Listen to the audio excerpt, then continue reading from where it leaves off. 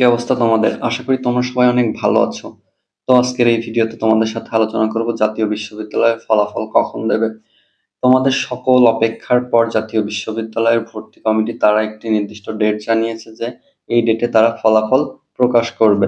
তো তোমরা যারা ভিডিওটি দেখছো তোমাদের অনুরোধ প্রথম থেকে শেষ পর্যন্ত দেখার জন্য।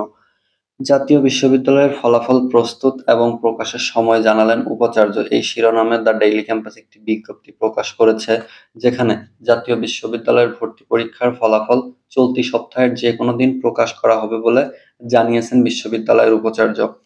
আজ শনিবার অর্থাৎ 21 জুন রাতে রাজধানীর ধানমন্ডিতে বিশ্ববিদ্যালয়ের সিন্ডিকেট সভা শেষে দ্য ডেইলি ক্যাম্পাসকে এ তথ্য নিশ্চিত করেন তিনি। এ সময় উপাচার্য বলেন যে গত 31 মে বেলা 11টা থেকে 12টা পর্যন্ত দেশের 64 জেলা শহরে 879টি কেন্দ্রে এ পরীক্ষা অনুষ্ঠিত হয়েছে। এতে অংশ নিয়েছিল প্রায় 5.5 লাখের বেশি শিক্ষার্থী। অধ্যাপক এস.এম. আমানুল্লাহ বলেন, জাতীয় বিশ্ববিদ্যালয়ের ভর্তি পরীক্ষার ফলাফল চলতি সপ্তাহে অর্থাৎ 23 থেকে 25 জুন যে কোনো দিন প্রকাশ করা হবে। আমাদের রেজাল্ট প্রস্তুত রয়েছে, এখন শুধু চেক করা হচ্ছে। তো তোমরা বুঝতে পারলে যে তোমাদের ফলাফল অলরেডি তৈরি হয়ে গেছে, শুধু চেক করা বাকি আছে। এবং আগামীকাল অর্থাৎ 23 থেকে 25 তারিখের মধ্যে তোমরা অবশ্যই তোমাদের ফলাফলটি পেয়ে যাবে। জানা গেছে 2014-15 শিক্ষাবর্ষ পর্যন্ত জাতীয় বিশ্ববিদ্যালয়ে ভর্তি পরীক্ষার মাধ্যমে শিক্ষার্থী ভর্তি করানো হতো। 15-16 শিক্ষাবর্ষে প্রথমবারের মতো এসএসসি ও এইচএসসির জিপিএর ভিত্তিতে অধিভুক্ত কলেজগুলোতে ভর্তি শুরু হয়। 8 বছর পরে তাতে ফের পরিবর্তন আনা হলো। এবার ভর্তি পরীক্ষার মাধ্যমে শিক্ষার্থী ভর্তি নেওয়া হবে। 8 বছর পর অনুষ্ঠিত ভর্তি পরীক্ষা নেওয়া হয় এমসিকিউ পদ্ধতিতে। 100 নম্বরের প্রশ্নপত্রের জন্য সময় ছিল 1 ঘন্টা এবং পাস নম্বর হচ্ছে 35। প্রতিটি প্রশ্নের সঠিক উত্তর দিলে শিক্ষার্থী পাবেন 1 মার্ক এবং ভুল উত্তরের জন্য কোনো মার্ক কাটা হবে না।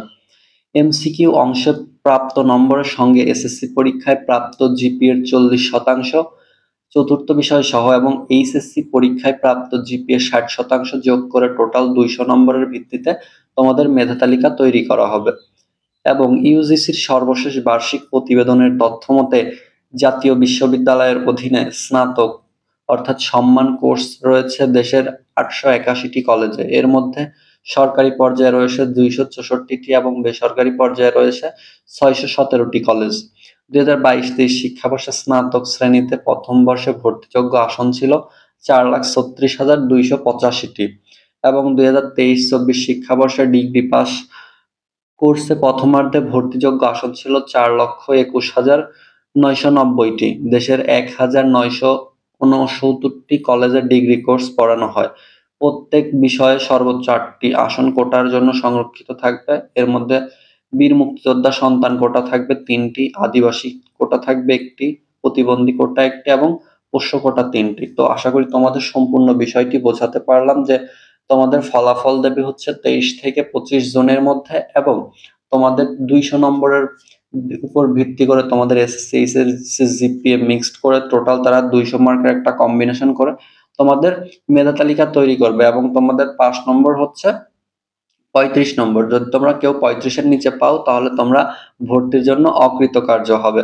তো তোমাদের সম্পূর্ণ বিষয়টি দেখালাম যে কিভাবে তোমাদের ফলাফলটি তৈরি করা হবে। আশা করি তোমরা সম্পূর্ণ বিষয়টি বুঝতে পেরেছো। তোমরা যারা ভিডিওটি দেখছো অ্যাডমিশন রিলেটেড আপডেট ভিডিওগুলো সবার আগে পেতে আমার এই চ্যানেলটি এখনই সাবস্ক্রাইব করে রাখো। দেখা হবে নতুন কোনো ভিডিওতে। আল্লাহ হাফেজ।